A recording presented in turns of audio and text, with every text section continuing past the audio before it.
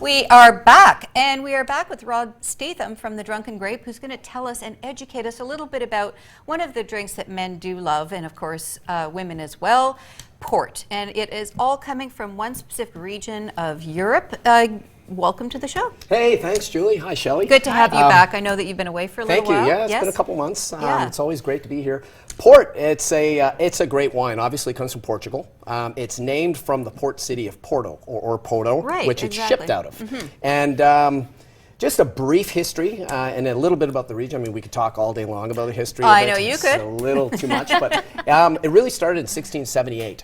A merchant from Liverpool had dispatched 2 of his employees down to Portugal to learn the wine trade. A lot of this had to do with all the friction and the war with France. And the constant, we do know that the French and English historically have been at war for, it was about a 1,000-year period where it was constantly back and forth. And they had thirst for the French wine, but it was cut off, so they had to find somebody else to supply it.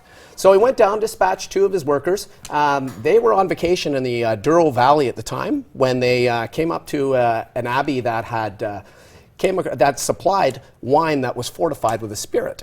Right. Like it was basically, they tested, they found it sweet, smooth, and it would appeal to the British palate. So when you say fortified with a spirit, so what do you mean by that? Because they would just take, a bottle of Cabernet Sauvignon and put some vodka in it? Is that what you mean? No. So the grapes that they use are all indigenous to the valley. It's broken up into 3 regions. The Douro Valley, it's a huge area. It's like a 250,000 hectares, of which about 46,000 is used for wine production or vineyard space.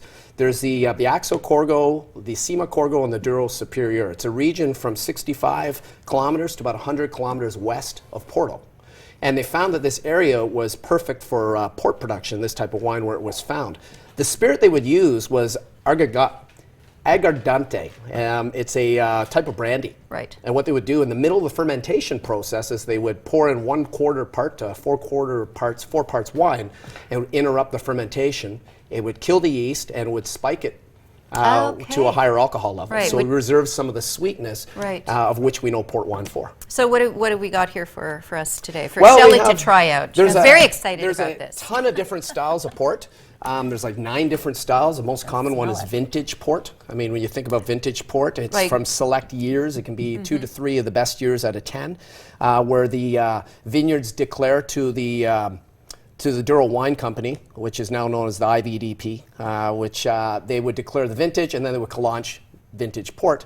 And it's some of the most expensive wines out there. What we have here is 2 of them. We have a white port, which is used as an aperitif. And it can be mixed with tonic water. It's a very famous Portuguese drink. Okay, tonic water. So with tonic and white port. Wow. White port's a lot of marmalade flavors, orange peel, white raisin. Wow, that is really It's good. delicious. Try you that. can try a little bit of the white port too. The other one we have here is a amazing. tawny port. And being a men's show today, really this like really pairs well with isn't cigars. That good for summer? So we're Awesome. off topic. Hey, no, now. it's okay. I would totally sit in the backyard and have that.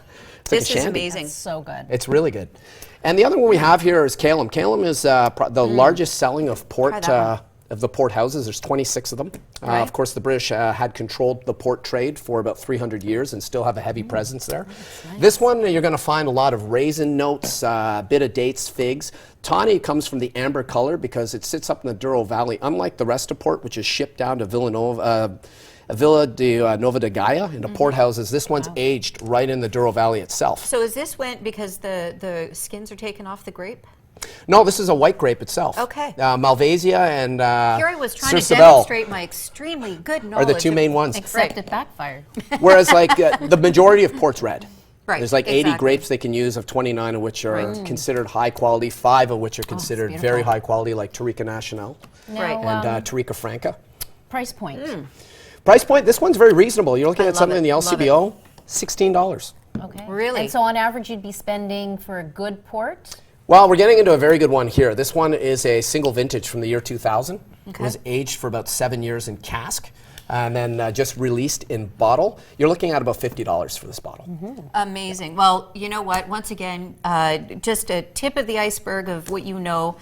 And of course, you've got your events that you also do. So just before we go, where can people get in touch with you if they want to book you or bring you in to do an education? Sure. Well, they can hit me up on any of the major social media sites. email. Drunken obviously Grape. the Drunken Grape. Facebook page, website's under construction. That's going to be launching shortly.